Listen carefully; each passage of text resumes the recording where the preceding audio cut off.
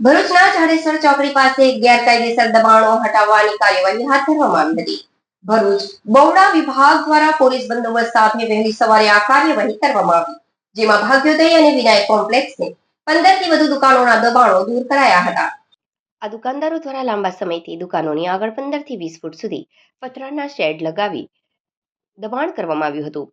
આ અંગે મળેલી ફરિયાદો અને નોટિસો બાદ તંત્ર દ્વારા આ પગલું ભરવામાં આવ્યું હતું।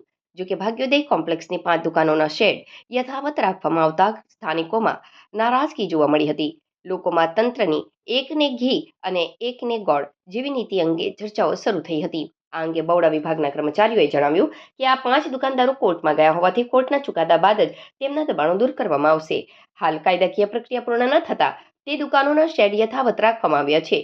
સ્થાનિકોએ કલેક્ટરને રજૂઆત કરી જણાવ્યું કે કોર્ટમાંથી કોઈ સ્ટે ઓર્ડર મળ્યો નથી, તેમ છતાં તંત્રએ કાર્યવાહી અધૂરી રાખી છે।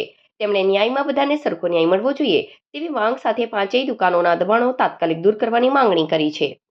હું ધવલ કનોજિયા, સામાજિક કાર્યકર, આરટી એક્ટિવિસ્ટ।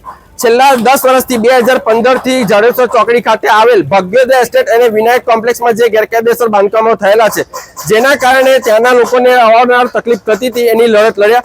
સ્થાનિક કલેક્ટરની કોર્ટમાં અમે જીતી ગયા, ડિસ્ટ્રિક્ટ કોર્ટમાં અમે જીતી ગયા, હાઈકોર્ટમાંથી બી અમને તોડવાનો હુકમ થયો, છતાં પણ આ લોકો કોઈ પણ બાંધકામ તોડતા નહોતા। વચ્ચે એક વખત બૌડાએ જે બાંધકામો તોડ્યા હતા એ બાંધકામો આજે ફરી થઈ ગયા છે અને જે લોકોના બીજા બાંધકામ છે આજે બૌડા તોડી રહી છે। પણ અહીંયા ખાસ નોંધવાનું એ કે અમુક લોકો કોર્ટમાં ગયા છે, એ લોકોને સ્ટે મળ્યો નથી।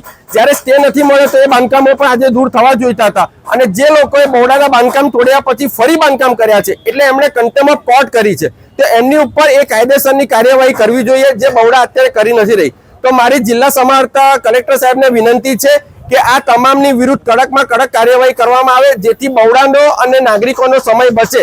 વારંવાર ફરિયાદ કરવી એ યોગ્ય નથી લાગતી, એટલે આ બાબતે એક જ ઠોસ કામગીરી થાય